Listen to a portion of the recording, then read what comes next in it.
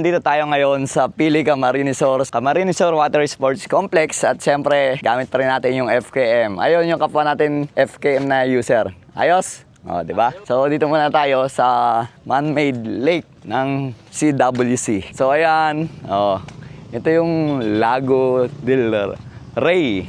So ayan Alright. Tapos gala naman tayo dito sa kanilang oval ng water sports. Wakeboarding. Nag-wakeboarding ako dyan, nakaluhod. Hindi ko kayang tumayo. Man-made na lake ito. Linaw ng tubig no? Pero kahit parang stagnant siya, pero malinaw di ba? Ayan iikot yan pa ganun. Tapos pwede mag-stay dito. Ayun yung Camsor na nakasulat. Pwede magpa-picture dyan. May mga hotel doon. Tapos dito naman, may mga restaurant. Dito yung pila. Ito yung ginagamit nila. Kapag wala pang client yan. Sinusubukan ko, nakailang taob na ako dyan pero paluhod kaya ko. Ganda na kanilang artificial grass. Ito yung view habang naglalakad ako.